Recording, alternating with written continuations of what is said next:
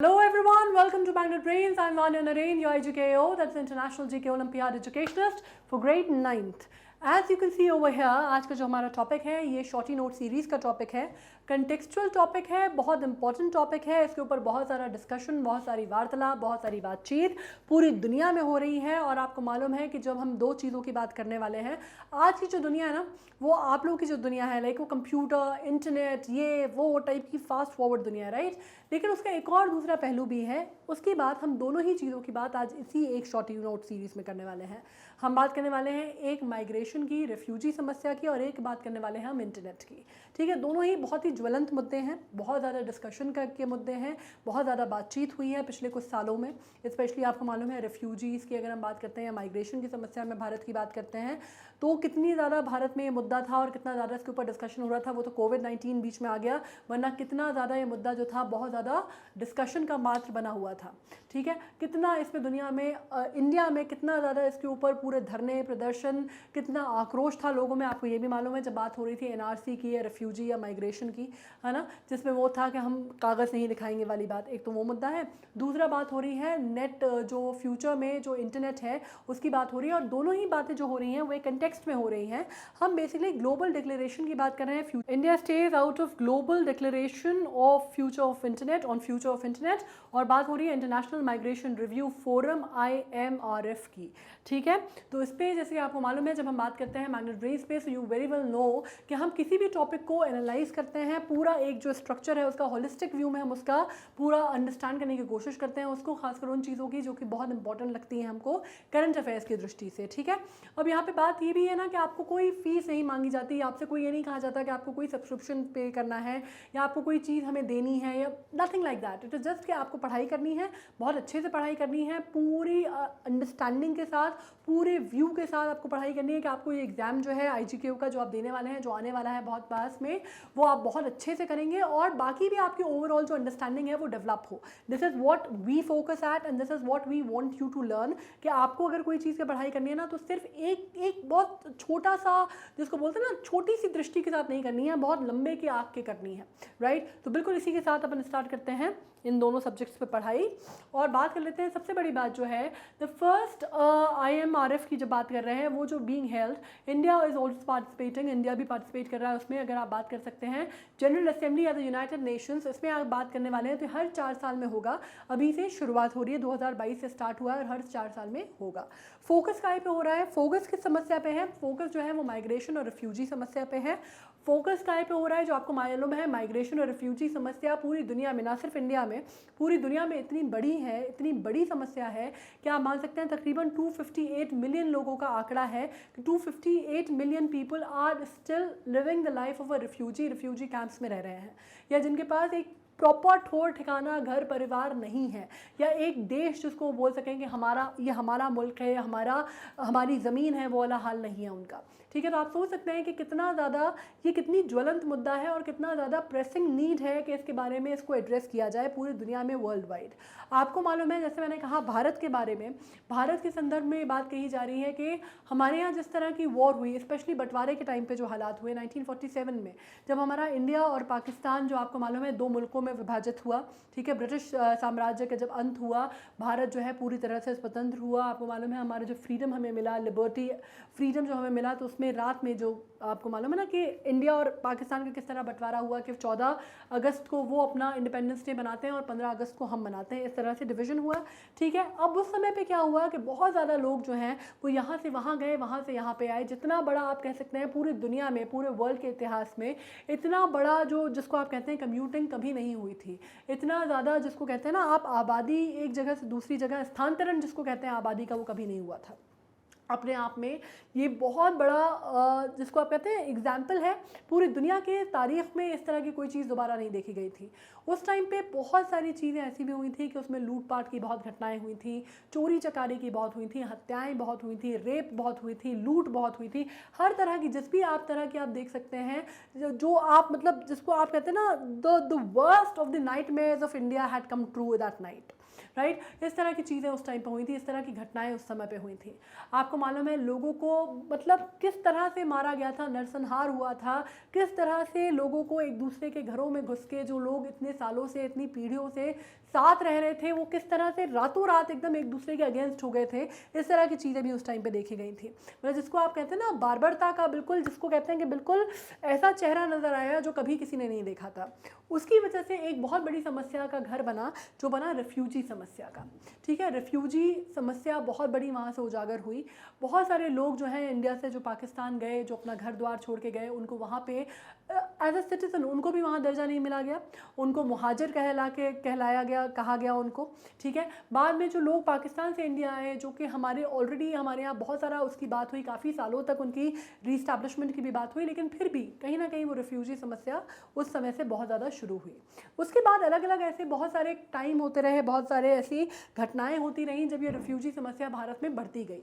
ठीक है, इसमें से अगर आप बात करते हैं तो 1971 की वॉर की बात करते हैं, जब इंडिया पाकिस्तान की वॉर हुई थी 1971 में, इंडिया पाकिस्तान की लोंगेवाला वॉर हुई थी। वो तो लोंगेवाला पोस्ट पे जो वॉर हुई थी वो तो अलग बात है। ठीक है, इंडिया पाकिस्तान का वॉर अगर हम बात करते हैं उसके अलावा भी, तो आपको मालूम है इंडिया का अगर आप स्ट्रक्चर देखते हैं तो हमारे यहाँ अगर आप नॉर्थ ईस्टर्न साइड देखते हैं इंडिया का, तो आपको मालूम है कि हम 5 कंट्रीज़ हैं जिनके साथ हम बाउंड्री शेयर करते हैं इंडिया के साथ। एक तो हमारी लोकेशन ऐसी है, जोग्राफिकल लोकेशन ऐसी है कि 7 ऐसी कंट्रीज़ हैं जिनके साथ हम बाउंड्रीज शेयर करते हैं, है ना। बिल्कुल हम पॉलिटिकल बाउंड्री शेयर करते हैं। कौन कौन सी है इस साइड तो अगर हम बात करते हैं तो आपको मालूम है आप शेयर करते हैं किसके साथ, इंडिया के साथ, पाकिस्तान के साथ और अफगानिस्तान के साथ। अफगानिस्तान के साथ आप करते हैं लेह लद्दाख वाले एरिया में। ठीक है, उसके अलावा अगर हम बात करते हैं इंडिया में, अगर हम ईस्टर्न साइड पे चले जाते हैं तो वहाँ पे आपको मालूम है म्यांमार, जिसको बर्मा कहते हैं, भूटान है, नेपाल है, चाइना है।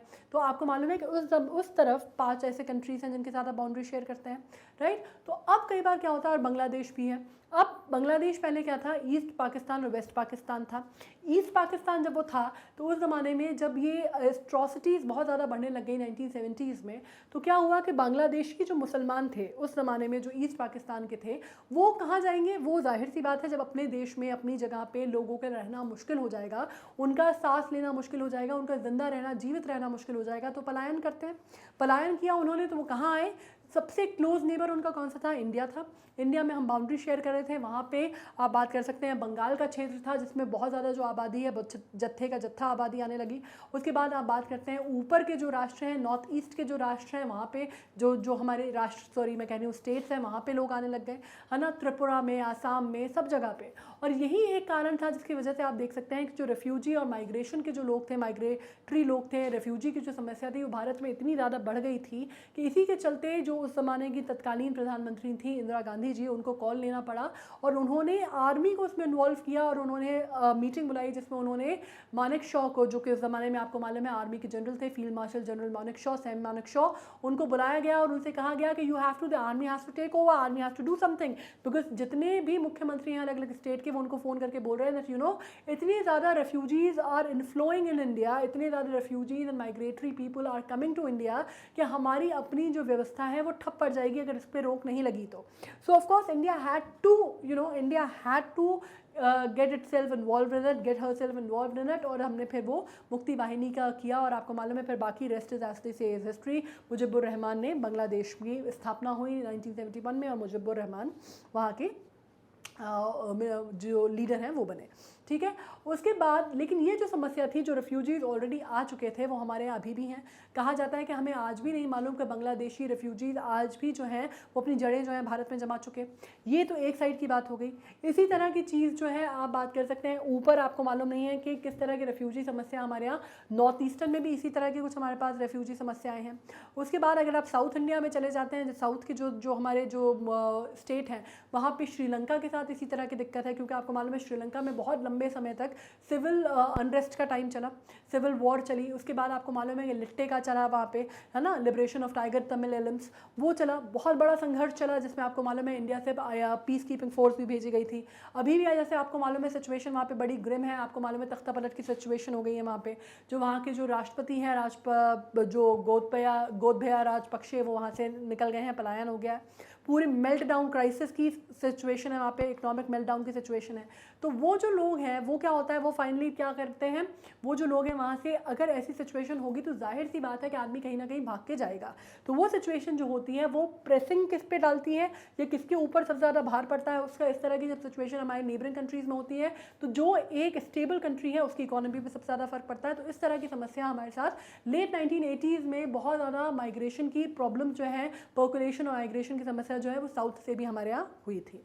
ठीक है, अब बात ये की जा रही है, जैसे मैंने आपको आंकड़ा बताया कि पूरी दुनिया में इस तरह की समस्याएं देखी जा रही हैं जो माइग्रेशन और रेफ्यूजी है। इसमें सबसे बड़ा नाम अगर आप बात करते हैं तो रोहिंग्यास का आपने नाम सुना था। रोहिंग्यास के रेफ्यूजीज़ के साथ आपको मालूम है किस तरह की बर्बरता भी हुई थी, इसके ऊपर बहुत ज़्यादा बातें और बहुत ज़्यादा चर्चा भी हुई थी। अब बात यह है कि इनके बारे में अब ये बात की जा रही है कि भाई 2016 में या बात करते हैं आप तो एक GMC की हम बात करते हैं जिसमें हम GCM की हम बात करते हैं सॉरी, जिसमें ग्लोबल कॉम्पैक्ट की बात करी जा रही है, ग्लोबल कॉम्पैक्ट ऑन माइग्रेशन। ठीक है, ग्लोबल कॉम्पैक्ट ऑन माइग्रेशन जिसमें आपकी बात हुई, जिसमें मुद्दा क्या उठाया गया कि उनको सेफ, ऑर्डरली और रेगुलर इनका एस्टैब्लिशमेंट किया जाए। ठीक है, इनको आपको कहीं ना कहीं आपको इनको पुनः स्थापित करना होगा, इनको आपको कहीं ना कहीं एक ह्यूमन टच के साथ आपको इनको वापस अपनी जो जगह है, जो ऑनर है, जो भी आप कहते हैं एक बेसिक ह्यूमन राइट के हिसाब से, एक बेसिक राइट टू लिव के हिसाब से आपको इनको स्थापित करना होगा। इसके ऊपर बात हो रही है। ठीक है, अब ये जो है जिसकी मैं बात कर रही हूँ IMRF, ये हर साल 4 साल में होगा, जिसकी शुरुआत जो है 2022 से होगी। और IMRF की बात की जाएगी, ये primary inter governmental global platform होगा जो कि डिस्कस करेगा और शेयर करेगा प्रोग्रेस, किस तरह की प्रोग्रेस हो रही है, जिस तरह के हमने 23 पॉइंट हमने ले डाउन किए हैं, उन 23 पॉइंट पे किस तरह की प्रोग्रेस देखी जा रही है इस पर्टिकुलर एरिया में, इस पर्टिकुलर क्षेत्र में। ठीक है, इसमें आप बात कर रहे हैं कि implementation of all aspect pertaining to migration and its intersection with sustainable development goals. आपको मालूम है कि सस्टेनेबल डेवलपमेंट गोल्स के ऊपर हमने एक शॉर्टी नोट सीरीज़ की है, आपको सस्टेनेबल डेवलपमेंट गोल्स आपको पूरी तरह से क्लियर होंगे। इस पर बात की जा रही है कि हम जो चीज़ कर रहे हैं, हम उनको पुनः स्थापित करने की बात कर रहे हैं, हम उनको मेन स्ट्रीम में लाने की बात कर रहे हैं, हम उनको एक घर, एक एक basic decent right to life की बात कर रहे हैं, और वो हमें किसके साथ अकॉर्ड करनी है, हमारे सस्टेनेबल गोल्स के साथ, सस्टेनेबल डेवलपमेंट गोल्स जिनको SDG कहा जाता है, उनके साथ हमें करनी है। ठीक है, इन SDGs की जब हम बात करते हैं तो उसमें हमें, आपको मालूम है ये किसने ले डाउन किए थे, यूनाइटेड नेशंस ने किए थे। यूनाइटेड नेशंस के SDG में आपको मालूम है, अगर आप इनको स्टडी करते हैं जो हमने की है काफ़ी गहराई में, तो आपको मालूम है कि इसमें we are discussing about sustainable life forms, मतलब सस्टेनेबल डेवलपमेंट एज इन कि आज का जो डेवलपमेंट है, आज जो हम डेवलपमेंट कर रहे हैं वो कल के कॉस्ट पे ना हो, मतलब आज की जो पीढ़ी है, जो भी हम डेवलपमेंट कर रहे हैं, सस्टेनेबल डेवलपमेंट एक इकोनॉमिक्स का टर्म है बेसिकली, कि आज जो हम डेवलपमेंट कर रहे हैं वो अपने आप में हो, हम अपने रिसोर्सेज को, we are putting our resources at to the best optimum utilization of those resources, but not at the cost of the future generation. मतलब फ्यूचर जनरेशन भी हमारी जो हो वो अपने आप में सक्षम हो कि वो अपनी ज़रूरतों को पूरा कर सके। हम ये ना करें कि हम पूरे उनके रिसोर्सेज को जो है वो खींच लें और फाइनली उनके पास कुछ भी ना रह जाए। We are not doing that. Sustainable development से हमारा मतलब होता है कि उसको आप in a very pro future को देखते हुए आप जो गोल्स डेवलप करते हैं या गोल्स सेट करते हैं, उसको हम सस्टेनेबल डेवलपमेंट कहेंगे। ठीक है, तो इसमें अगर आप देखते हैं SDG में तो बहुत सारे गोल्स हैं उनके, उसमें आप सिंपल सी बात कर सकते हैं, उसमें उन्होंने हर लेवल पे बात की। उन्होंने एक्वाटिक लाइफ से लेके जो लाइफ फॉर्म्स हैं, ऑर्गेनिजम्स हैं, आपकी जिसको बोलते हैं राइट टू एजुकेशन से लेकर, अगर आप बात करते हैं सैनिटेशन से लेके, हाइजीन से लेके, एनवायरनमेंट से लेके, एवरीथिंग, इंफ्रास्ट्रक्चर से लेके, आप किसी भी चीज़ की, you name a thing, gender equality, पे पैरिटी, हर चीज़ जो है वो सस्टेनेबल डेवलपमेंट गोल्स के अंदर ले ली गई है। तो इनकी बात की जा रही है कि जब आप ये एक मुद्दा लेके चल रहे हैं तो you have to keep it balance with the sustainable development goals that we have set. अब सेट की डेट हमने कब की है, इसको बेसिकली हमने किया है 2030 तक। जो सस्टेनेबल डेवलपमेंट गोल्स हैं हमारे, मतलब हमारे पास क्या है, 8 साल का टाइम है, 8 years टू गो। ठीक है, तो ये चीज़ देखी जा रही है। It will appear in adoption of intergovernmentally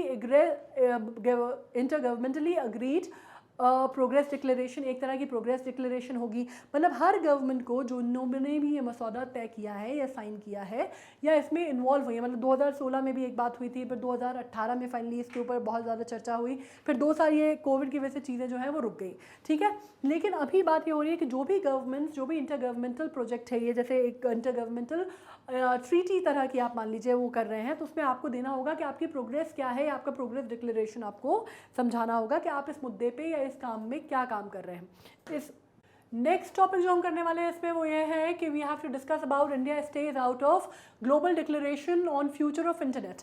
मतलब बेसिकली इंडिया के साथ साथ और भी 2 कंट्रीज़ हैं जो बहुत बड़ा नाम माना जा रहा है, बाकी तो और भी हैं, काफ़ी हैं जिनके बारे में हम जानने में थोड़े से इच्छुक हैं, उनकी बात हम कर सकते हैं। That we have opted to keep out of this particular declaration जो कि हो रहा है फ्यूचर ऑफ इंटरनेट पे। अब इंटरनेट की बात जब मैं करती हूँ तो बेसिकली इंटरनेट आपको मालूम है, जब हम नेट न्यूट्रलिटी की हमने बात की थी तो उस पर एक शॉर्टी नोट सीरीज हमने पूरा किया हुआ है जिसमें नॉट नेट न्यूट्रलिटी की और किस तरह की फ्री इंटरनेट की बात हो रही थी। ठीक है, अब आपको ये बात बता दूं मैं कि इसके बावजूद अभी क्या होता है पूरी दुनिया भर में, आप ये मान सकते हैं that there has been instances जब 182 times there has been a crackdown, internet crackdown in the world, globally report हुआ है। ठीक है, 1 साल में। उसमें से अगर आप बात करते हैं तो तकरीबन मोटे मोटे तौर पे अगर मैं बहुत एग्जैक्ट फिगर आपको नहीं भी बताऊं तो भी 106 बार ये माना जाता है, 182 में से 106 बार सिर्फ भारत में हुए हैं, और उसमें से भी 85 जो है सिर्फ state of Jammu and Kashmir, जो कि बाद में खैर state of Jammu and Kashmir, अब आपको मालूम है स्टेट का जो स्टेटस है वो तो रिपील हो गया, अब यूनियन टेरिटरी है जम्मू एंड कश्मीर की, उसमें हुए हैं। ठीक है, आपको ये मालूम है कि उस ज़माने में, उस टाइम पे जब ये चीज़ हुई थी, जब बेसिकली आपको मालूम है जब आर्टिकल 370 रिपील किया गया था और इसको यूनियन टेरिटरी का दर्जा दिया गया था स्टेट से हटा के, उस टाइम पे आपको मालूम है बहुत ज़्यादा जो है इस तरह की बातें और कौतूहल मचा हुआ था। बहुत लंबे पीरियड तक वहाँ पे नेट या इंटरनेट कनेक्टिविटी नहीं थी, मैसेजेस वगैरह जो थे वो बाधित कर दिए गए थे, बहुत लंबे टाइम तक पूरी वैली जो है एक तरह से कट गई थी और उसके ऊपर बहुत सारी चर्चा हुई थी, लोगों ने अपने बहुत सारे व्यूज़ दिए थे, कुछ प्रोज थे कुछ अगेंस्ट थे, बहुत सारी बातें उस टाइम पर हुई थी क्योंकि बहुत वल्नरेबल टाइम उसको माना जा रहा था। ये भी कहा जा रहा है कि उस दौरान बहुत ज़्यादा एट्रॉसिटीज़ की घटनाएं जो हैं घटित हुई।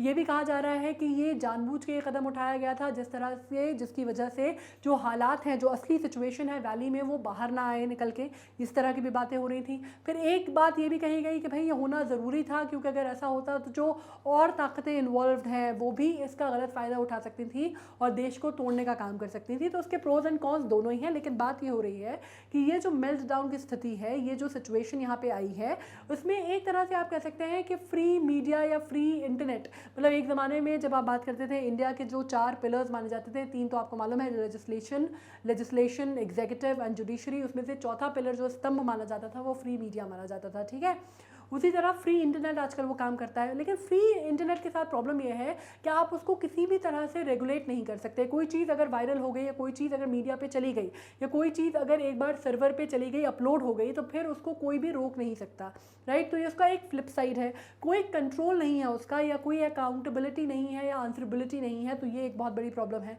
राइट। जैसे आपको मालूम है फ्री एक्सेस की वजह से क्या हो रहा है आजकल, आपने ट्रोलिंग वाली घटनाएं देखी हैं या आपने देखी है कि किस तरह से कोई छोटा सा मुद्दा बहुत बड़ा बन जाता है। दोनों चीज़ें हैं, उसकी एक अच्छाई ये है कि कोई चीज़ें जो है पहले एक अकाउंटेबिलिटी आ गई है, मतलब कोई भी घटना होती है तो आप उसको सीधे नेट पे दिखा सकते हैं, सीधे नेट पे डाल सकते हैं, और कहीं ना कहीं लोगों में जो गलत करते हैं उनमें डर भी पैदा हुआ है इस चीज़ का। ठीक है, लेकिन कई बार ये होता है कि कोई छोटी सी घटना होती है और उसको आप बहुत बढ़ा चढ़ा के भी बता सकते हैं, उसकी कहीं पे भी आप कह सकते हैं कि उसकी पुष्टि नहीं हो पाती, मैनिपुलेशन बहुत ज़्यादा है, कहीं पे भी अकाउंटेबिलिटी नहीं होने की कमी के कारण क्या हो जाता है उसमें कि कहीं पे भी कोई भी चीज़ चल रही है, कोई रेगुलेशन नहीं है, तो ये वजह है एक। तो अब इसमें जब हम बात करते हैं फ्री इंटरनेट का, तो फ्यूचर ऑफ इंटरनेट पे इसी वजह से इंडिया, रशिया, चाइना, इस तरह की जो बड़ी कंट्रीज़ हैं जिन्होंने इसको डिक्लेरेशन को साइन करने से मना कर दिया है, इस तरह से उसका बैकग्राउंड देखा जा रहा है कि भाई इंटरनेट को आप एक अभिशाप के तौर पे भी देख सकते हैं, एक बून के तौर पे भी देख सकते हैं, डिपेंड करता है कि आप उसका यूसेज किस तरह से करते हैं। अब जो आज के हम जो अपने गवर्नमेंट की बात करते हैं या आज की जो हमारी इस्टेब्लिशमेंट है इंडिया में, वो इस तरह की है कि आपको मालूम है कि बहुत सारी चीज़ें जो हैं आपको यूट्यूब चैनल्स पे भी आपको मालूम है कि बहुत सारी चीज़ें जो हैं वो बार कर दी जा रही हैं, राइट।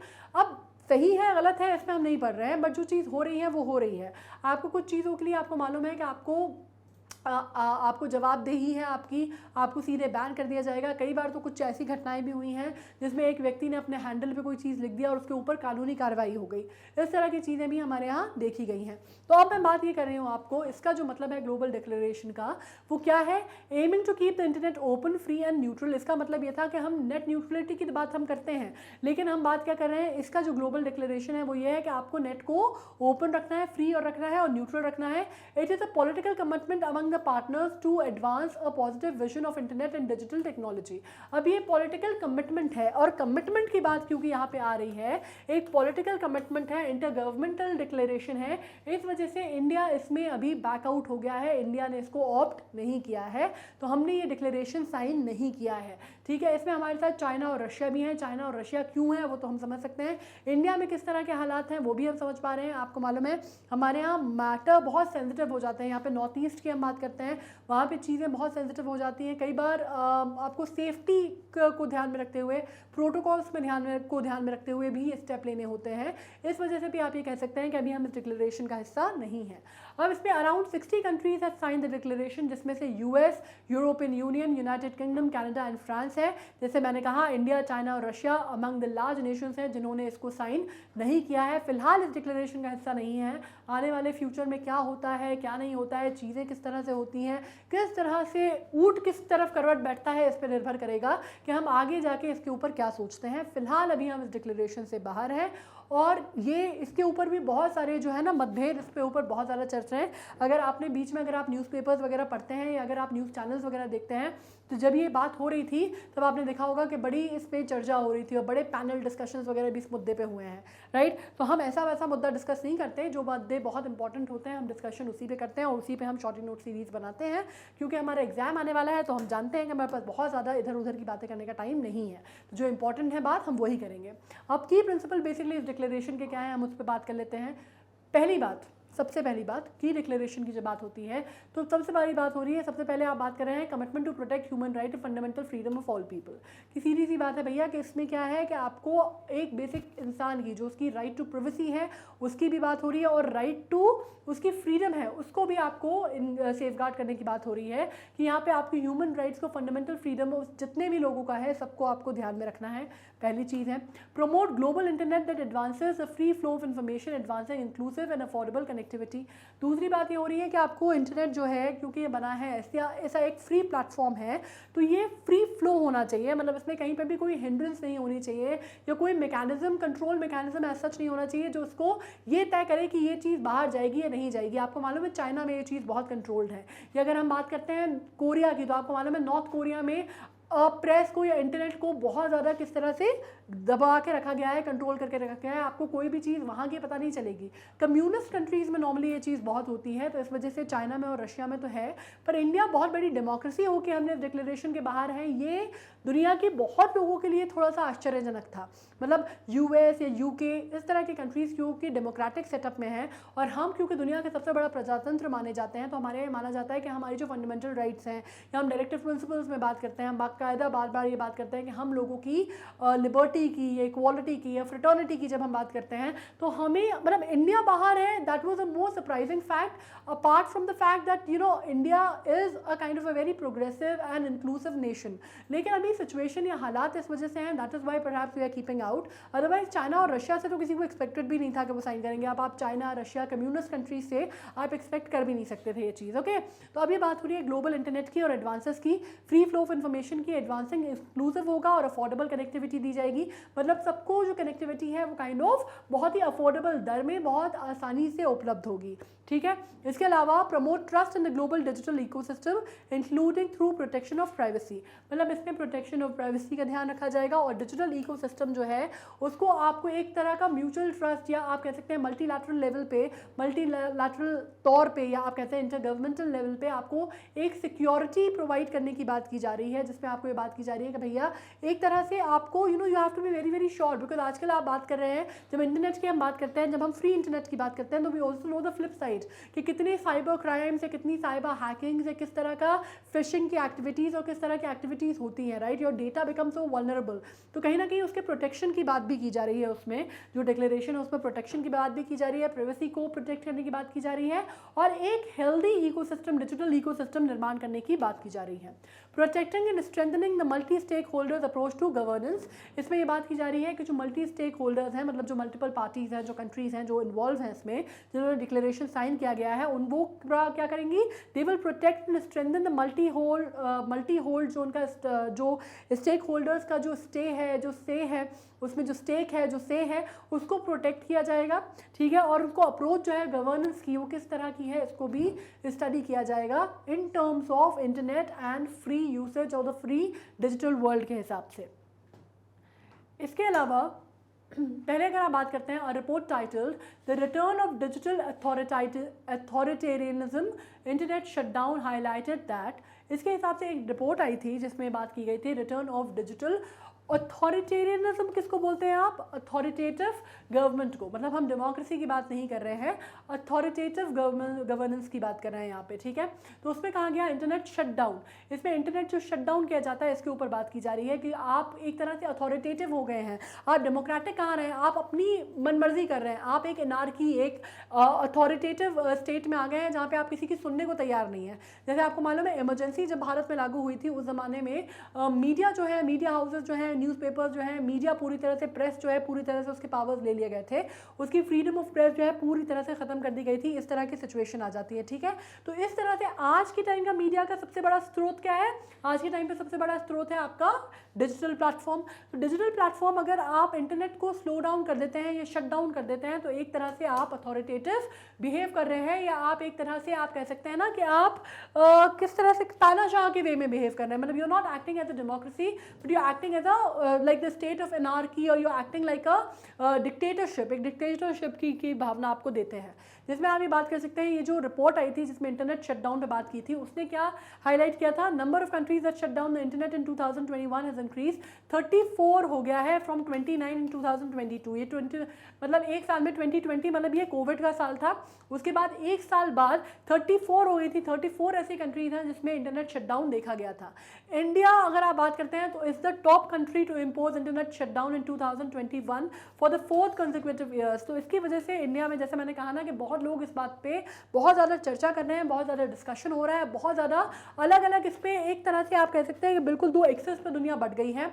इस पे बहुत ज़्यादा इंडिया की पूरे वर्ल्ड वाइड बहुत ज़्यादा आप कह सकते हैं कि हमें बहुत ज़्यादा क्रिटिसिज्म जो है वो झेलना पड़ा है, क्योंकि चौथे कॉन्सिक्वेटिव टाइम पे हमने पहली बार में 2021 में इंटरनेट को शट डाउन कर दिया था, और इतनी बड़े कंट्री के तौर पे हम सबसे टॉप मोस्ट पे हैं इस काम को करने में। और जैसे मैंने आपसे कहा कि आप अगर देखते हैं 106 मतलब 182 में से 106 बार अगर शटडाउन सिर्फ इंडिया में हुआ है तो ऑफकोर्स हम टॉप मोस्ट तो होंगे ही। उसमें से भी अगर आप बात करते हैं, अगर ये बात करते हैं, India also did not sign the Budapest Convention on cyber crime. हमने 2001 का बुडापेस्ट कन्वेंशन भी साइन नहीं किया था, ठीक है, साइबर क्राइम पे। अब उसमें अगर हम बात करते हैं तो वो क्या था? Data sharing provision of Budapest convention infringence on national sovereignty. और हमारा उसके लिए जो आर्ग्यूमेंट था वो क्या था? हमारा जो आर्ग्यूमेंट था वो ये था कि हम डेटा शेयरिंग प्रोविजन जो है हमारी सॉवरेनिटी के लिए हम उसको अलाउ नहीं कर सकते, क्योंकि हमारे जो दुश्मन मुल्क है उसका फ़ायदा उठा सकते हैं और इंडिया पे बहुत ज़्यादा हमारी जो सिक्योरिटी है और सॉवरेनिटी है उसके ऊपर सवाल उठ सकता है, तो इसलिए हमने नहीं किया था।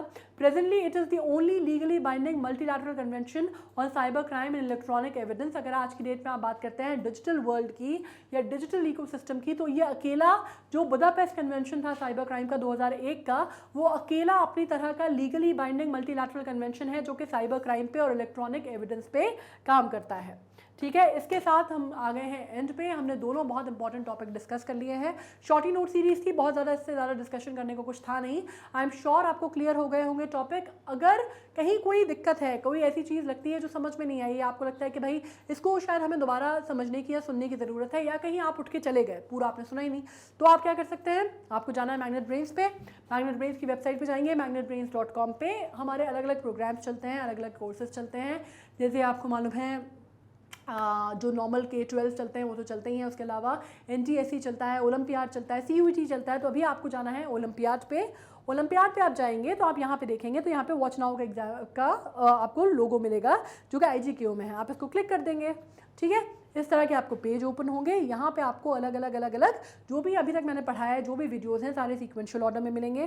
करंट अफेयर्स में जाएंगे, शॉर्टी नोट सीरीज़ में जाएंगे, उसमें आपको मिल जाएगा। ओपन करेंगे, जितना पढ़ना चाहते हैं उतना पढ़ेंगे, नहीं देखना चाहते, वैसे तो छोटा सा वीडियो है, ज़्यादा दिक्कत नहीं होगी, अगर पूरा भी देख लेंगे तो इट इज़ प्रीटी गुड कि अगर दोबारा देख लें नेक्स्ट वीडियो पे जाना है तो वो भी ऑप्शन है, राइट। बिल्कुल इसी तरह आपको क्या करना है, यूट्यूब पे भी करना होता है, आपको हमारे चैनल पे जाना होता है, प्लेलिस्ट मिल जाएगी, जो भी चीज़ें हैं डिस्क्रिप्शन बॉक्स में देखोगे तो नेक्स्ट वीडियो की लिंक भी मिल जाएगी, प्रीवियस की भी मिल जाएगी, तो वो भी दिक्कत नहीं है। बाकी जो रेगुलर अपडेट्स हैं वो FB पे और इंस्टा पे तो मिल ही जाते हैं। और कोई क्वेश्चन होते हैं तो आपको मालूम है कमेंट सेक्शन में लिखने होते हैं, and I will always get back to you, right. So if there is any issue that is there pertaining the things that I taught you right now, तो आप मुझे नीचे लिख सकते हैं। उसके अलावा भी कोई इश्यूज़ है तो भी लिख सकते हो, ऐसा कुछ नहीं है। IGKO का एग्ज़ाम बहुत जल्दी आने वाला है, तो अपने पास बहुत फटाफट अपन पढ़ाई करने वाले हैं, और ताकि हम जल्दी जल्दी अपना कोर्स कंप्लीट कर लें, ठीक है। Now you have to pull up your socks, and not literally, like you have to pull up your socks कब बोला जाता है, जब आपको बिल्कुल एकदम तैयार रहना है, तत्पर रहना है, ठीक है। So I will meet you in the next session, bye then you take care of yourself, be good, stay healthy, stay well, and take care of yourself. Thank you so much.